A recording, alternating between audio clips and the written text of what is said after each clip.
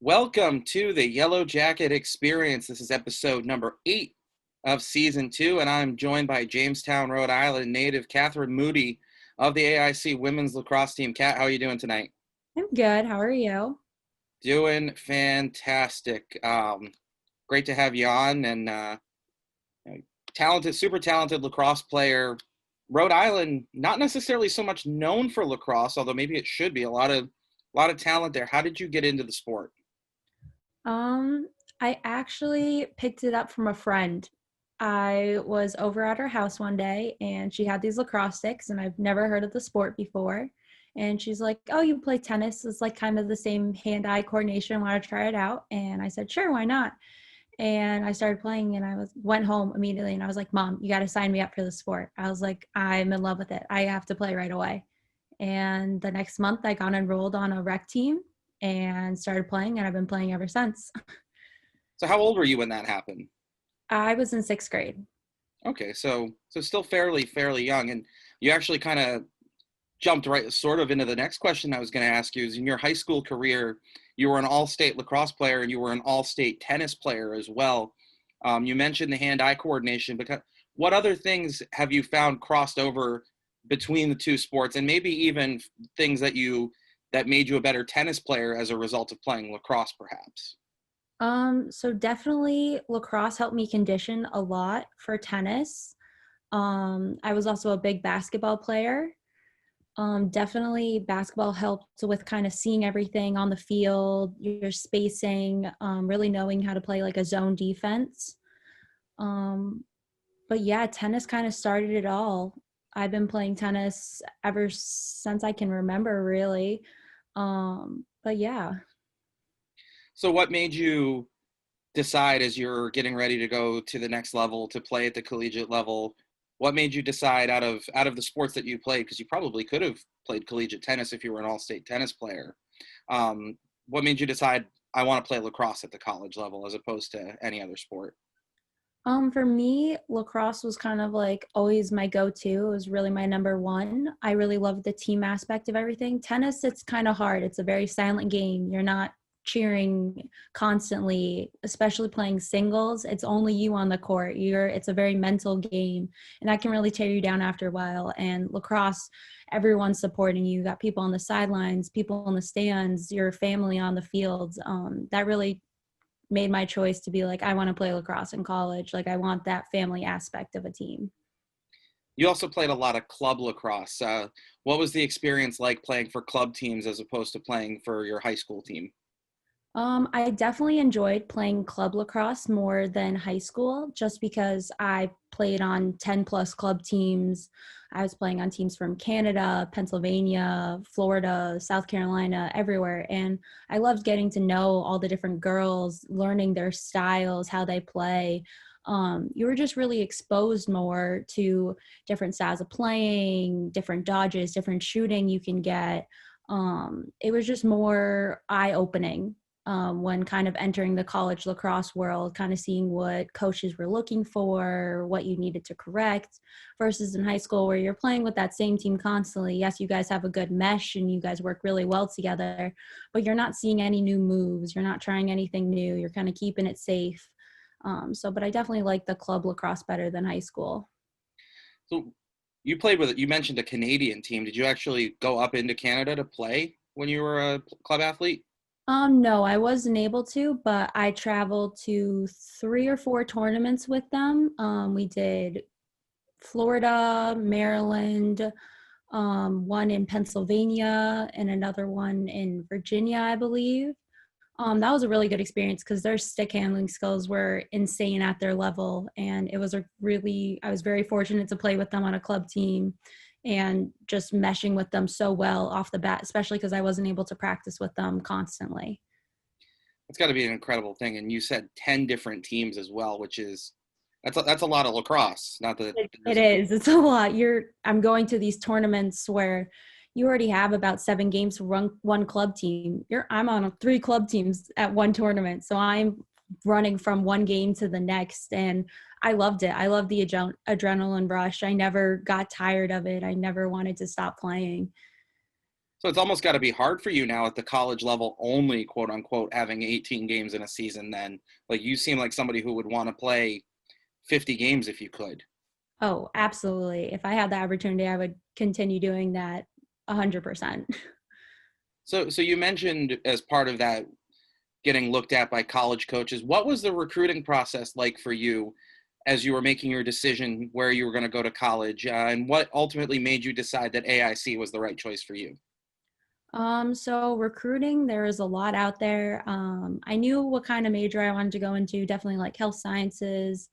So that definitely did kind of like limit the D1 kind of commitment just because they're so strict and it's a full-time commitment. And I really wanted my academics to come first for everything.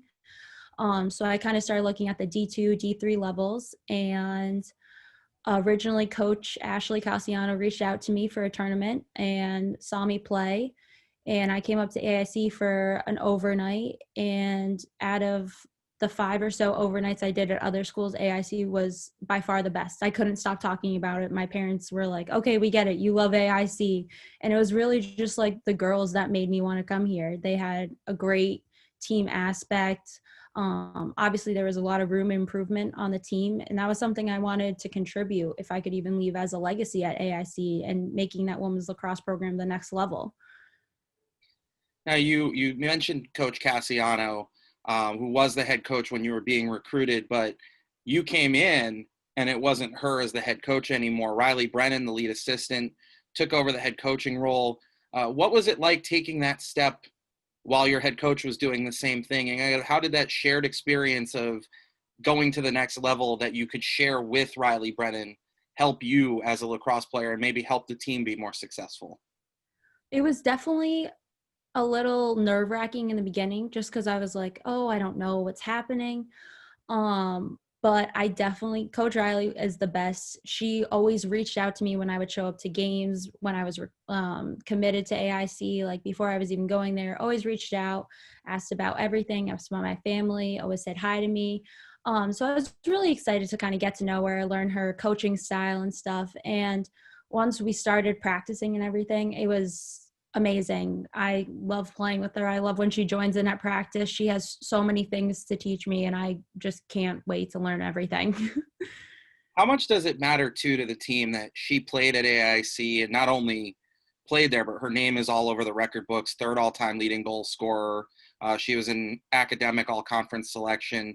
Having somebody coaching you who's been there and knows what you're going through, how much does that matter to the team? I think that matters immensely. It really shows she gets it. Like she knows that our academics come first and she makes that our number one priority. She knows like if you have a really big test tomorrow, like and you need to study for that extra 2 hours we have practice time, that's okay. Take those 2 hours. Like we'll make it up on a one-on-one the next day or something. And it's really nice knowing that she has been through the college experience. She has played at AIC. She knows the professors. It's just nice knowing you have someone on the inside, knowing what's going on and anything that she can do to help, she does. She'll be mad at me if I ask a bunch of questions about her and I don't ask a question about Dave Yell, our new assistant coach who took over last year as well, who was her head coach when she was in high school. What has having him around with all of the experience that he's had meant to the team? He's amazing. I really couldn't expect a better assistant coach. He really helped me out last year. I came in as an attacker and got switched to midfield. So he was really helping me perfect my defense on everything and really seeing the field. And he couldn't have taught it more perfectly. I understand everything that he's trying to teach me. I understand what everyone's communicating on the field. He really brought a great aspect to AIC, and we're so thankful to have him. The first season obviously cut short way too soon. But even in the 6 games that the team managed to play, they had as many wins as they did the whole year before in a full season. What, from your perspective as a player, was the thing that made the most recent season more successful? What kinds of things was the team doing that maybe weren't happening before? I think definitely the energy level changed. We never really had that like I want to be at practice. I want to work as hard as I can. Like, if I don't work hard enough, like I'm not going to get that playing time. That aspect really came out in the last year in this fall season. Everyone wants it. Everyone wants to be that top team. Everyone's fighting for the ball. Everyone's fighting for their spots. That definitely made us want to work harder last year, getting our season cut short. And I know everyone has been training their butts off in the off season. Everyone's been conditioning, lifting, and we're all just trying to get stronger. And hopefully if we have a season this year, we're going to come back even stronger than we did last year. The one silver lining to how last season ended is that you get a senior back who wouldn't have been here otherwise in Chelsea Davis. I know Mhm. she's a goalkeeper, and since you're a field player, you probably didn't learn too much skill-wise from her, but just in terms of having her back and her ability back there and also the leadership that she brings, what does it mean to the team to have number 99 for another season? It's exciting. We are so excited that Chelsea is back. I think she is great. I love playing with her, especially on the defensive side. She's great at communicating. Her clears are always so great, and she knows where to look up the field. I definitely think that everyone was super pumped that she's coming back for another season. I just can't wait to play with her again. Let's assume that we do have a season, and it seems hopeful that we should be able to at this point. What kind of expectations do you have for yourself as you head into your second season? And what are the expectations for this team as far as what they're going to try to do for this season?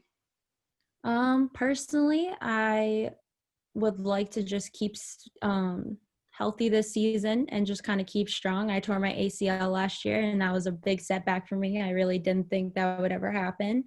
But this off season, I've been working out a lot, strengthening all the muscles in my legs to really prevent an injury like that ever happening again. So that's kind of my goal, to kind of just keep my strength up, keep my aggression up, and just really fight for it this year. But for the team, I don't know if we have any set goals in place, but I know that we as a team have never wanted anything more to just play. We play so well together in the fall season, and I think everyone's just super excited to what we can bring to the table this year. Let's shift gears away from lacrosse a little bit. You've got, as we can look behind you, you've got the Eiffel Tower up on your wall behind you. You've spent a lot of time over in Europe, in England. Your dad's from there. What has that been like for you, going to another country and spending time over there at a young age, and kind of what have you gained from that kind of experience? Yeah, so I did a lot of traveling. I hope to do some more. I do spend a lot of time over in England. I have a bunch of family over there, my grandparents, my uncles and aunts, my cousins, my nephews. That definitely did open kind of my eyes to like the other sports over there that I didn't really pay attention to just because they're not as big in America. But there is some lacrosse out there, which I was able to see when I went to go visit my cousin at university at St. Andrews in Ireland. They had a team, like a club team. Um, and it was very interesting. It's very different from the American lacrosse. They don't wear goggles, they're more aggressive. But it's definitely been eye-opening, and I just love taking in all the experiences when traveling. What countries other than England have you been to? Oh, okay. I've been kind of everywhere in Europe. I've been to Belgium, we've been to France. And then I've also gone to like Peru, Costa Rica, Bermuda, Ireland. Um, I don't know. We've kind of been all over. Traveling is like a big thing in my family. I'm really grateful for it. It's something I want to continue. I have a couple places to check off the bucket list. So And that was right into my next question. If you could go anywhere in the world, where's the next place going to be, assuming you get the opportunity? I really want to go to Australia or Fiji. My mom and dad have been. I wasn't able to go at the time, but that's definitely something I would like to do. Um, but yeah, that's kind of like the number one place right now. I feel like New Zealand will also be cool, or definitely South Africa, and kind of do like a safari kind of tour. Yeah, I can't imagine. I've the only country I've ever been to other than the US is Canada. I'd love to get to see the world the way you have. That's incredible. Um, let's talk about your academics for a little bit. You're an exercise science major. What made you decide that particular major, and what do you want to do with it? So for exercise science, I kind of loved it because it kind of has like the background of PT, but it doesn't have everything in PT. So it's a 4-year program. But when I graduate, I can go into 4 different majors. I can go into occupational therapy, physical therapy. I can become a physician's assistant, or I can become an athletic trainer. So those are all things that I would love to do. I really love PT, and I really love athletic training. And I'm just kind of, we'll see where it takes me, but I'm just really excited because it gives me so many options where I didn't have to decide on the spot in case I did want to switch my major. I do get all the background information for all the majors that I want to get my master's in. So it was kind of like a really great option. So I didn't have to almost stress too much on the moment to pick what I'd wanted to do and wanted to like go into. Are there any professors or courses that stand out to you as particularly impactful on you so far? I know you've only been at AIC for a year and a half, but anyone that stands out in your head is, oh, this professor is really awesome, or this class was really awesome?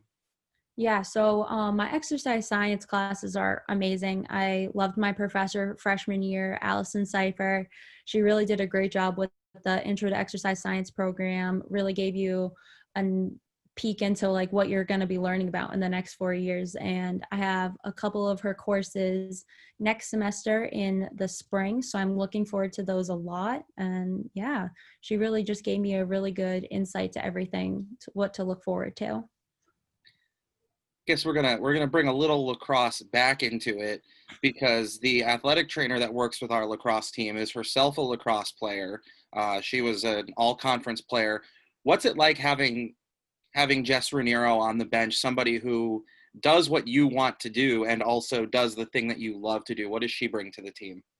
She brings so much to the table. I am so thankful for Jess. She's helped me out so much. I love looking at her side of perspective when she watches me play. She goes, "Oh, did you know, like, you are really strong on your right hand. Like, you can take a power shot on the right side. You don't have to be afraid to." And she really looks at the dynamic of me playing after my ACL surgery and saying, okay, instead of doing this move, if that hurts, let's not stay away from this. We'll work on these exercises. Let's get stronger and let's try that move again in a week or so and see how it feels. So it's really nice having her perspective of lacrosse and athletic training on the sidelines.